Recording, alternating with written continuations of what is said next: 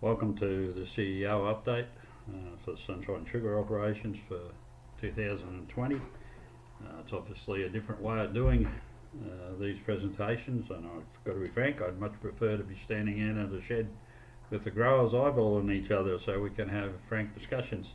But that's the way of the future by the look of it. It's certainly the way of times at the moment. Things are changing, and the risks that we're facing with this new COVID virus, and for that matter any other health issues, we've got to look at things a bit differently, and we've got to look at changes that we need to put in place. Before I go through the presentation, I'd just like to make firstly a comment about the passing of Ian Causley. I know there's been plenty written and plenty said about him in the last few weeks, but I just want to personally pass on my condolences to the family, and for that matter to the community, because Ian Causley was a great community man.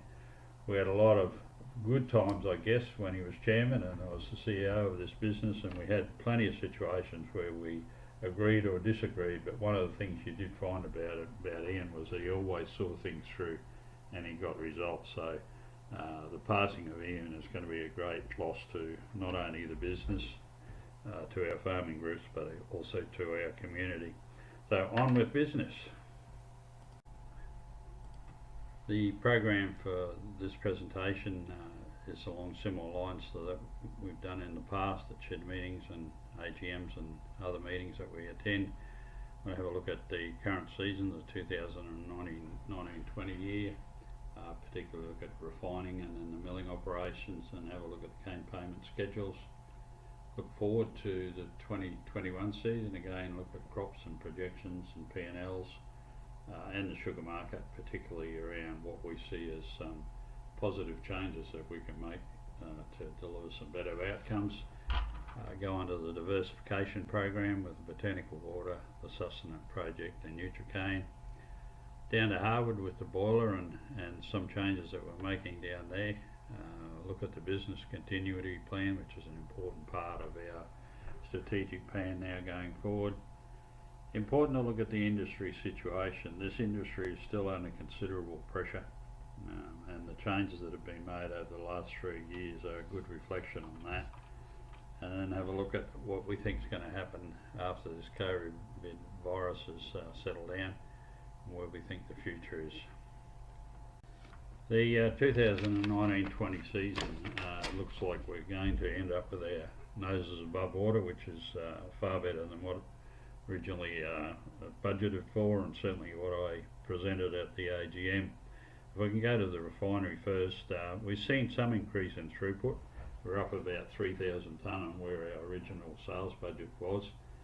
We expect sales of around 209 to 210,000 tonne. A lot of those additional sales have come in the last couple of months, with obviously impact on retailers wanting additional stocks, and what we have seen is in particular Woolworths, who are our main retail customer, have put great pressure on our people to deliver additional stock. Now that might sound like a great thing that we've got additional sales there, but Woolworths are not a profitable sale, never have been. They effectively provide throughput, but at the end of the day an additional 3,000 tonnes going through Woolworths won't deliver anything on the bottom line. But all the same, it does keep the lines in work, and at the end of the day we're proving to our customers that we can deliver. It did put considerable pressure on our operational staff and the marketing team, but it has delivered some outcomes. Aldi, who obviously is another retailer looking for supply, have stepped down the path of taking on some of the low GI sugar into their Victorian operations. It's in 15 kg packs, which is something different. It'll be interesting to see how that line operates, and whether we continue to get that sort of offtake without the COVID virus being in place. Overall for the year, the refinery looks like it'll make somewhere around $4 million, which is slightly above the budget that we had set for it for the operations. It is helped by hedging gains that we actually put in place. We did take some action back earlier when the sugar price was around 14 cents, and we put some pricing in place which were intended to actually put additional income onto the bottom line when the prices dropped, which is what our view was. So we were able to add an additional $1 million on positions that were out 18 months to 2 years. We brought all that back into this current year, hence the ability for us to be able to still maintain the prices and the cane price that we've been projecting for the 3 months, despite the sugar market dropping pretty considerably. Onto the milling operations for the 1920 season. We processed about 1.6 million tonnes of cane, which isn't a bad result considering some of the impacts out there from seasonal conditions. One of the things we did find is the sugar makes well up and CCS is well up, so we did produce about 190,000 tonnes of sugar from that 1.6 million tonnes. In addition to that, we did buy in 11,000 tonnes from Rocky Point, which was purchased through Sugar Australia. Sugar Australia have the contract with Rocky Point to offtake their raws. We have completed pricing for the year, and we've ended up around $441 a tonne with a cane price at 94 net tetre of 421. So we're our benchmark against QSL, we've beaten it again by around $20 to $30, depending on which pool you compare against from QSL. That means from a sugar price point of view and a cane price point of view for each of the mills, Condom will end up with $32.43, Broadwater $32.86, and Harwood $32.75. The final cane price payment this year will be in the September payment at the 28th of September, which is pretty much the same as last year. At this point I can't see that coming forward. Certainly prices at this point are difficult, so, but from an overall outcome, the cane price is quite comparable to what we've had in the past, and certainly as good as what our competitors are producing. The overall milling operations for the year has delivered a loss of about $2 million. Again, while it's a loss, it's better than what we originally budgeted, and again the hedging gains have delivered something on the bottom line there for us. There has been an increase in the US quota, which delivers additional income for the year. The US market is actually short of sugar, and whilst there's a lot of pressure going on to try and liberate that market over there so that it's at world prices, I actually think it's not a good thing. We should continue to allow them to have their predictions so long as they give us quota allocations, and that delivers a pretty reasonable amount of money to us. We have had good savings out of the new Mercedes trucks for this year, and we'll see that fall through with the replacement and new Mercedes trucks being in place for all of our operations for this season, and hopefully we're going to see the same sort of relative savings that we've seen through the operations of the trucks at Broadwater. We do have limited budgets for the year again, and the repairs and maintenance budget is quite a difficult one to keep within a targeted figure. That in itself, the guys do a good job with what the budgets that they've got, but we have to expect, as I've said on numerous occasions, with the budgets that we set ourselves, you can't expect to have milling equipment and operations running with limited downtime. We're going to have downtime on a regular, maybe not on a regular basis. Hopefully the guys have been able to target the right things, but you simply can't expect availability to be up in the 90s. It'll be in the 80s at best. So overall, if you put it all together, where did we end up? We're going to have about a $2 million profit, with possibly a little bit more upside there out of pricing that we've done. So that's considerably, as I've said previously, well above where we originally budgeted. So where to for the 2021 season? Right at the moment, the crops look pretty similar to last season, 1.6 million tonnes of cane, been good recovery from the drought situation earlier in the year and the fires and then the floods. But at the end of the day, 1.6 million, while it's a considerable improvement on where the doom and gloom was originally back in the earlier part of the year, it's positive, but it's still far from being a sustainable throughput for the business, and we've got to do something about trying to get that back up. And I know it's seasonal, but at the end of the day, we've got to be able to manage those sort of situations.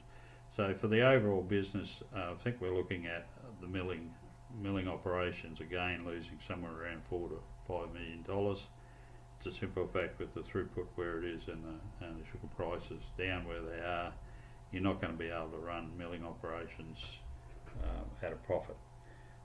The refinery again should deliver a decent profit for us. We're expecting something similar to last season. We've got about 208,000 tonnes of sales that we're projecting for the current year coming up. We are getting some pressure on margins from customers saying, well, you know, with the situation where it is out in the community, we simply can't afford to have increases in prices. Of course, it reverses the other way around. We've got increased costs, so somebody's got to pay for it, and it simply can't be us taking more losses. So we'll keep the pressure on from that perspective. We are seeing some changes with the attitudes in customers and accepting that there are some needs for increases. We need to be able to get more out of our retail lines. That's simply just not sustainable to continue at the sort of levels we're at. So if we can get $4 million profit out of the refinery again, and with the milling losses between 4 and 5, well, we'll expect to lose possibly up to about $1 million. If we target $500,000, then I guess that's middle of the road and something that we can probably live with. Remembering that in all of these situations we are still spending money on capital, and despite the fact that we're only making marginal losses, and last season we made a bit of a profit, at the end of the day you still got to have funds to be able to put back into those capital jobs and to increase our maintenance budgets, because we can't continue to operate the way we are at the moment. So going forward, we need to do some things to be able to deliver some more profits for ourselves, and obviously whilst the diversification programs are important, that's one of the reasons they're important. I want to talk to you a bit more about sugar prices shortly. I do want to talk to you about some targets that we have set ourselves, and in particular one I've been talking about the last 12 months or so, around molasses prices. So we've increased our molasses price, targeted prices, to average $220 a tonne. That is aimed at delivering an additional $2 million on the bottom line. If we hadn't done what we've done with these molasses prices, then instead of talking a $4 million loss, 4 to 5, you'd be talking 6 to 7. What we did was we put an inquiry document out to people, customers that normally buy from us, and out into the general public, and effectively we asked them to tender prices for this current season or longer. We had offers come in between $210 and $250 a tonne for 12 months and some for 3 years. So again, the 3 year stuff with good CPI increases in the middle of it. Our three major buyers all tendered in this range and entered some of these longer term contracts. So effectively that market out there is now saying, well, we're prepared to pay this price when we want to be sure that we get supply. I want to talk to you a little bit about the Tully situation, because it's Tully and Maryborough sugar for that matter, because it's out there in the headlines. Tully, effectively, the COFCO said, well, we're going to send all our molasses back to China this year because of the crop situations over there. And Maryborough Sugar did the same thing with the Thai crop being down so dramatically. They dropped 50% or 60% in some cases.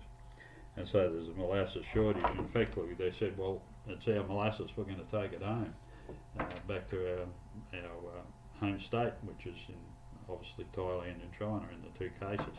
There's been some pressure put on politically about that, because growers and all the customers up there are effectively going to not get supply. So they both said, oh, okay, we'll give you some supply and the price is going to be $250. That's a commercial judgment that's being made by the people. Doesn't support great relationships out there, but at the end of the day, it's their business. What we did was went to the market and said, well, what are you prepared to pay us? We didn't impose any pricing on anybody. We did it a reverse way around, and we got the result that we're looking for, which I think is a far better way of operating. It does mean locals are going to be paying more for their molasses, but that's a simple fact of life. It's what it is, and if other people are prepared to pay, and those people are generally our bigger customers, then I think the smaller guys have got to have the same result. But either way, it's a positive result for us, and as I said, it's going to add $2 million for the bottom line. And when we get into these years when the prices do recover and we do get crops, then they're going to be profits. And you have to think about it at $220 a tonne, and 60,000 tonnes of molasses, perhaps 70 in the right year, you're talking some pretty big income on it. So it's an important target, and I think we're going to deliver. Not think we're going to deliver. We've delivered it because we've already got those contracts in place. Without getting into too much detail, I want to have a little talk about the sugar prices at the moment. You'll see from the graph that's on the slide, there's been a significant drop in the last 6 to 8 weeks, say 2 to 3 months. Going from close to $500 a tonne down to $340, and that sort of drop just isn't going to deliver any sustainable prices for us, and for that matter for the rest of the world. We've seen some slight recoveries. It has gone up to around 380, and then it's been just bobbing around there lately in the last week or so. We're hopeful that the big change that we've seen in the pricing, which really relates to fuel prices and the impact on that on ethanol prices in Brazil, will change, and that we'll see some more positive prices in the next couple of months. I do want to talk about where we're at for our pricing for the year. And this is the next slide. Right at the moment, 95,000 tonnes of physical sales and price at $450. That's changed a little bit in the last week with some sales being put in place. So at the end of the day, it's the pricing's been, while it hasn't been great, it's been okay. The futures prices for October 20 to 21 are higher than the current spot prices, but they're still pretty well down. Certainly exchange rate helps, and we need to be careful there that we don't allow that to jump too high without actually having some hedging in place from that perspective. Based on the balance of sales at today's price, which is about 411, we'll get an overall price of about 428, cane price of 415. We are of the view there may be some better pricing if we target premiums, and I'll talk to you about that in a moment. The advance rate for the season has been set at $220, which is the same as last year, and we decided to make a flat payment across all 3 mills at $17.20 per tonne of cane. That's slightly above what the average 5-year CCS would normally deliver.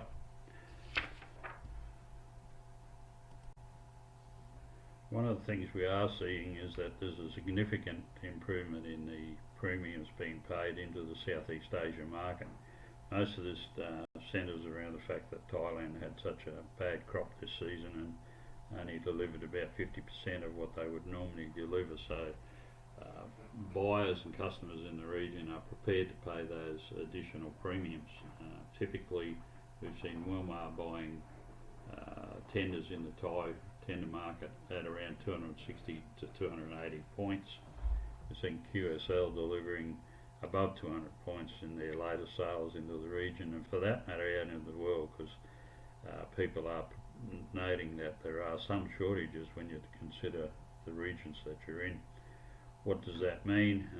A premium of 100 points is worth about $35 a tonne, so if you could get 200, that's $70 a tonne.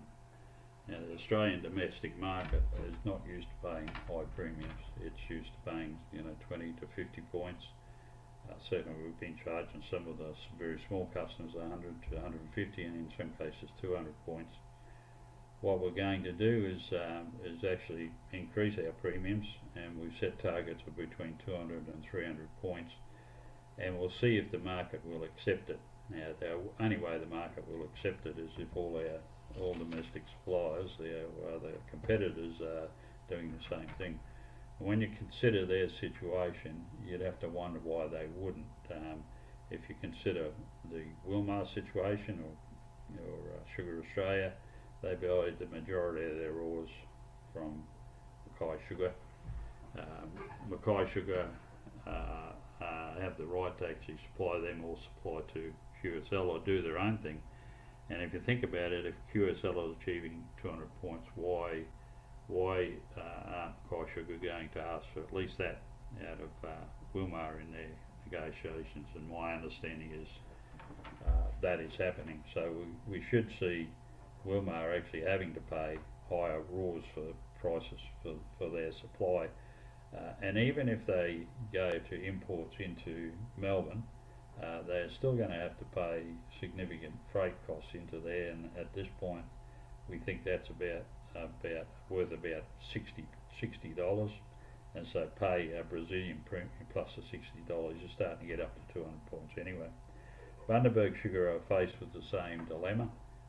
They have to buy their raw sugar and pay the cane growers at a price that's acceptable and comparable to QSL. Again, they're going to have to be paying 200 points. Whilst we've only just attempted to start this program, we have been able to do it with a number of smaller suppliers, and whilst they're not big tonnages, they have amounted to over 5,000 tonnes, and they're all paying the price, which says that our other customers or other competitors are now pricing that way as well. Otherwise, we'd simply get done in the marketplace. So hopefully this plan to increase the premiums will deliver, whilst it's not going to deliver on all of the sugar for this year because we're halfway sold as all of our competitors would be. We will be seeing some of the sugar sold at these additional premiums. I expect that the following season the same premiums will be in place. There is no expectation that the Thai crop will suddenly recover and be back where it was. There will still be shortages, and I believe that there's an opportunity for us in the domestic market, if we're sensible, to deliver at least 200 and possibly somewhere higher than that, up to 300 points in the marketplace. It's a positive, it's something that we need to ensure happens. I want to talk about the Rocky Point situation. We won't be receiving any cane from Rocky Point this season unless they have major breakdown issues again. We'll deal with that at the time. We certainly have no pre-arrangements in place other than that David Heck has said that he'd like to do toll arrangements if something does happen. We'll consider that at the time. They've contracted with Wilmar for the next 3 years, and that's fine. They're not paying any great premiums for it, and the balance of the sugar that they don't require. So Wilmar actually send that sugar up to Golden Circle Craft in Brisbane. They usually take about 15,000 tonne. That'll leave us probably 15,000 tonnes or possibly a bit more. As I said, the Rocky Point cane will be considered at the time. We are assisting Wilmar with a raw sugar swap, so we'll start supplying them with raw sugar actually next week from Harwood up to the Golden Circle factory. It'll save them on storage, and it saves them on any penalties that they may have if they don't supply. And that's one of the issues I think that's facing them, is that the premiums I was talking about are going to cost them more than what they're actually getting at a Golden Circle, but that's another matter.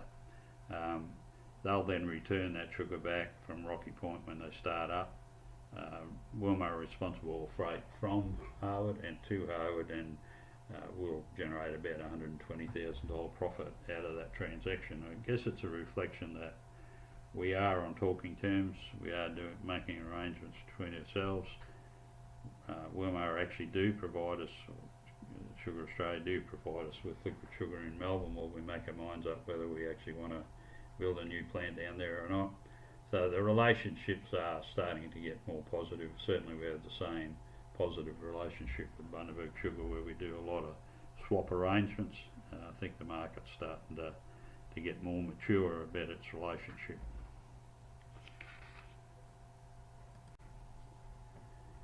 The diversification program continues to develop. Hopefully we'll have at least one of the major projects in full operations this year. The Botanical Water Project, Aqua Botanical are now appointing a company called Process Partners to design a new plant they actually produce the completed product. We expect it'll be installed by September, and it actually means that potable mineralised water can be sent directly from the Condom factory to a bottler or to a bulk customer.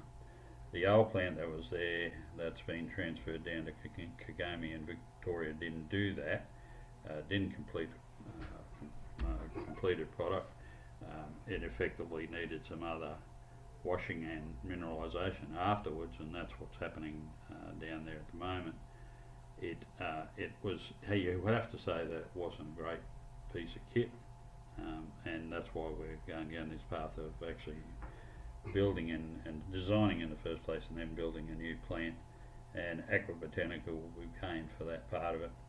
The target production for the year is still 11 million litres. The target markets now may change. Aqua Botanical have still identified some key targets, particularly in the US.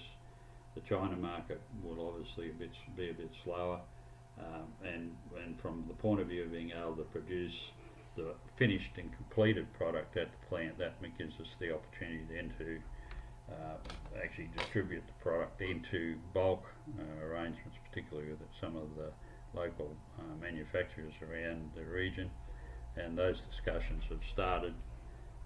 Hopefully we'll be all in action for the season, and 11 million litres will be on its way. The Sustenance project, which is a feedstock project and packaging project based on both trash and bagasse, is now in its stage of being engineered, so we can do a full costing of a scaled up plant, 10,000 tonne. The first successful animal feeding trials have been undertaken, with more scheduled. Obviously with the COVID situation, some equipment delivery delays have been incurred. We have had additional discussions with distribution partners and channels, and some have been formalised, dairy, cattle, some equine, some zoo graziers. At the end of the day, the finalisation of the business case will decide how we'll move forward. We need to sit down and agree a partnership arrangement with Sustenance. Certainly from what I've seen so far, and the draft business models, this is a very solid project. It is the only project at the moment that we have on that deals with trash, and we need to continue to do that research. The Nutrifane project is in a similar position as the Sustenance project. We now have appointed a design engineer to do the plant specifications. The marketing has progressed. It appears that at this point we've got somewhere around 50 to 70 tonnes of offtake for the first 12 months, developing up to 240, and probably in excess of 1,000 tonne within the 3 to 5 year period. Doesn't sound a lot, but with a price at $5,000 per tonne, you're starting to talk some significant income. The returns will depend on the capital costs of at the end of the day. That's going to be the issue. We need to make sure that we don't have too big an upfront cost, and that we end up with a project that delivers over a longer period. Again, we're saying we need a 3 to 5 year return. something that the banks can subsidise or pay for, and that we can repay the loan in that 3 to 5 year period.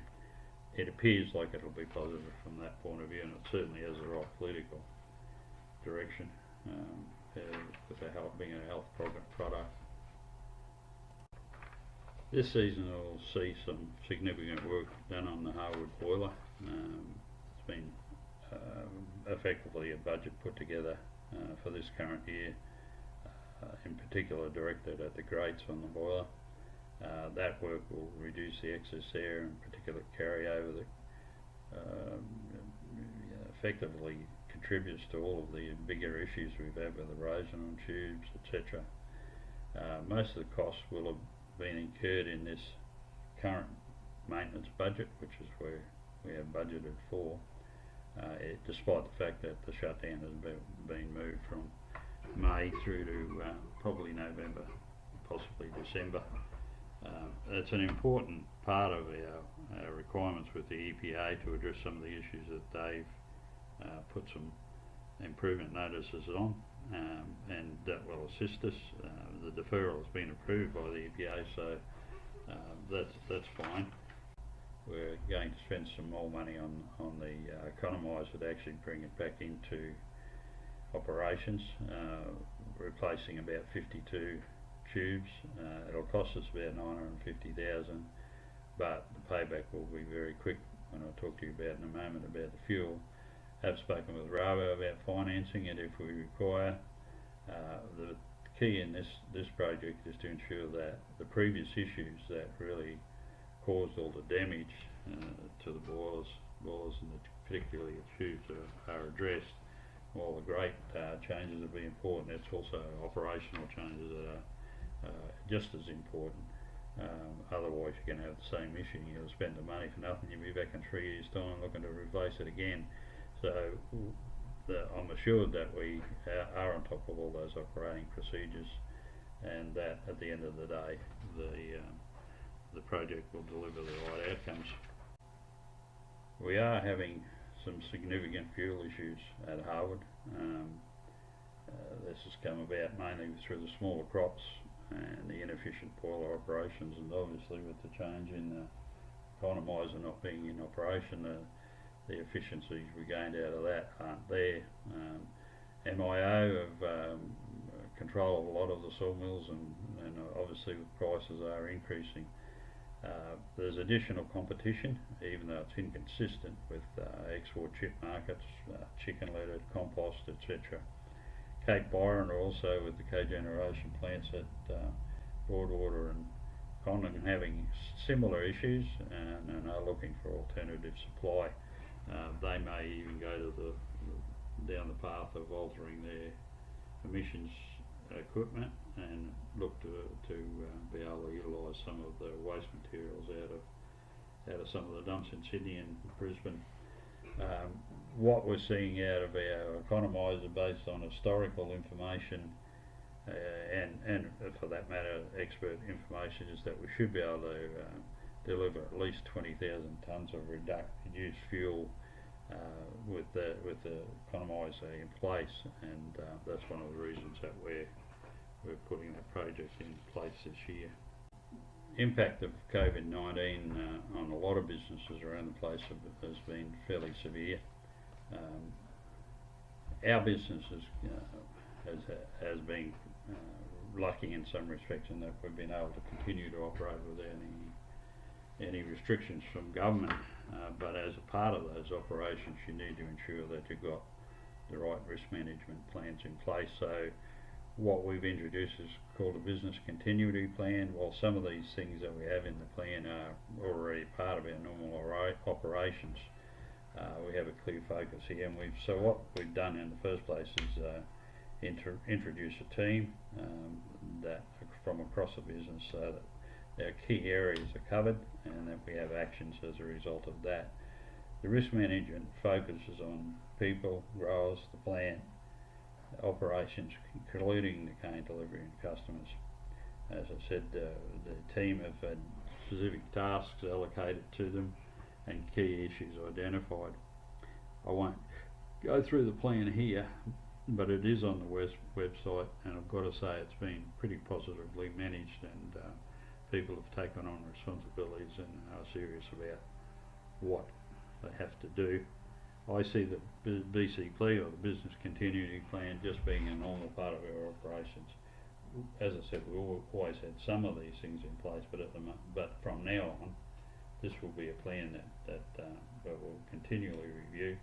It'll be part of our strategic plan, and we need to do that going forward. So it just isn't going to be simply okay, we've had COVID-19, let's walk away. We have to consider what it all means and where we're going to go to with it going forward.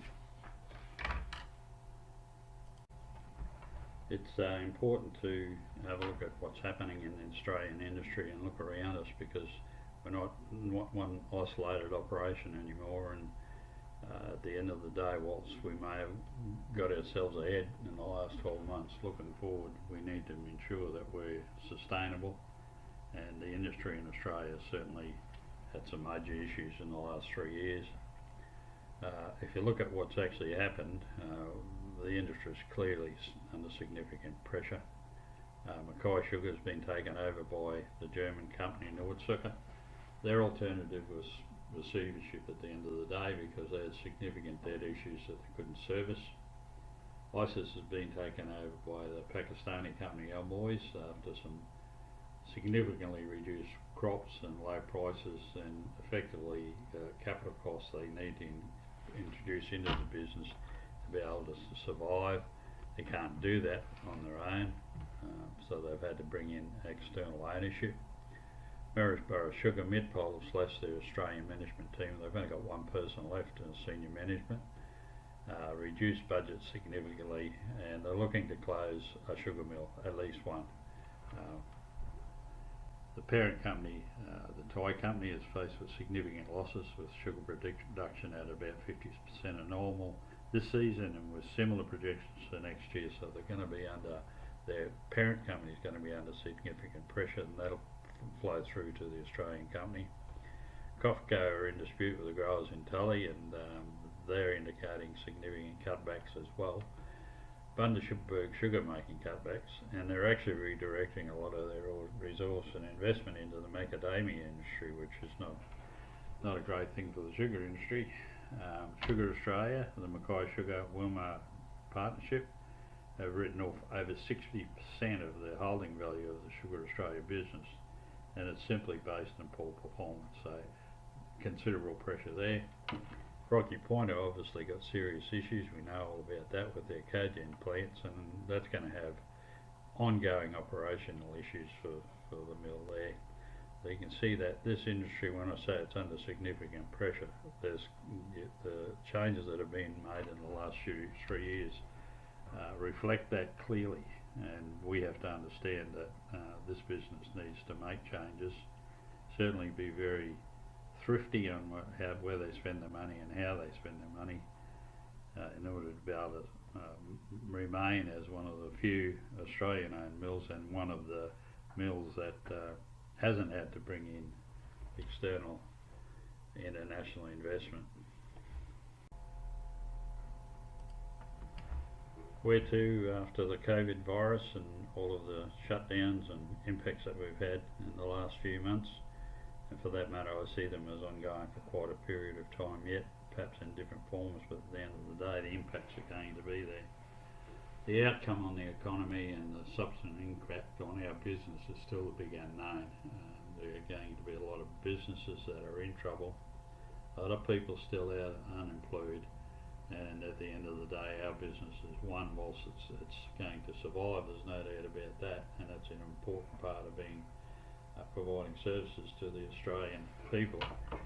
We're going to be under severe pressure. I expect we'll have a drop in our industrial use. You simply can't expect that. The customers out there are going to be spending money on things like chocolates and that type of thing. It just isn't going to happen with the restricted budgets they're going to have, and so I expect there to be some drop off in those areas. There'll be an increase in costs across all areas, with material costs increases, particularly on imported materials. We're seeing that already with increases of 10 to 20%, particularly on imported materials, even the Australian materials are in the same boat. I think there's going to be a slow recovery. You can't expect everything's just going to jump back up to where it was before. And then as a part of that slow recovery, we're going to have increased defaults in our customer payments. There's going to be people that are under severe pressure. You can't shut down for 3 months and not have that impact on your cash flows. So I expect we're going to have more defaults than normal. How big they are is going to be interesting, and how we manage it's going to be interesting. We do have credit insurance, but at the end of the day it's still an impact both from the point of view of the cash flow when it comes in, but also from the point of view of throughput, because those customers are no longer going to be buying the product.